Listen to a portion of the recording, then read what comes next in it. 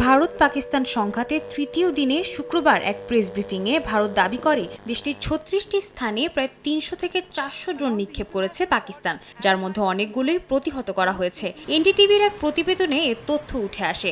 একই দিন পাঞ্জাবের ফিরোজপুরে পাকিস্তানের হামলায় একই পরিবারের ৩ জন আহত হয়েছে বলেও জানায় এনডিটিভি। বিস্ফোরণের শব্দ শোনা যায় জম্মু, পাঠানকোট, সাম্বা ও জয়সালমের সহ বিভিন্ন জায়গায়। হামলার কারণে সীমান্তের অনেক শহর ব্ল্যাকআউট করে রাখা হয়েছে। মানুষকে ঘরের বাইরে না যাওয়ার নির্দেশ দিয়েছে প্রশাসন।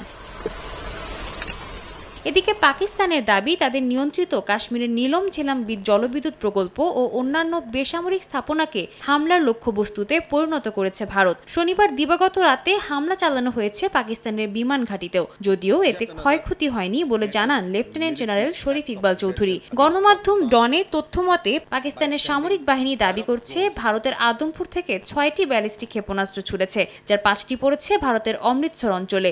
পাকিস্তানের দাবি ভারত নিজে দেশের জনগণকে লক্ষ্যবস্তু করছে, যদিও নয়াদিল্লি এই অভিযোগ অস্বীকার করেছে।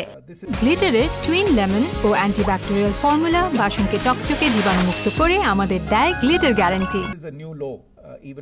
সংঘাতময় পরিস্থিতিতে ভারতীয় প্রধানমন্ত্রী নরেন্দ্র মোদী সেনাবাহিনীর ৩ প্রধান, প্রতিরক্ষা মন্ত্রী এবং জাতীয় নিরাপত্তা উপদেষ্টার সঙ্গে উচ্চ পর্যায়ের বৈঠক করেছেন। তারা পাকিস্তানি হামলার প্রতিক্রিয়া জানাতে পরবর্তী পদক্ষেপ নিয়ে আলোচনা করেছেন বলে জানায় গণমাধ্যম।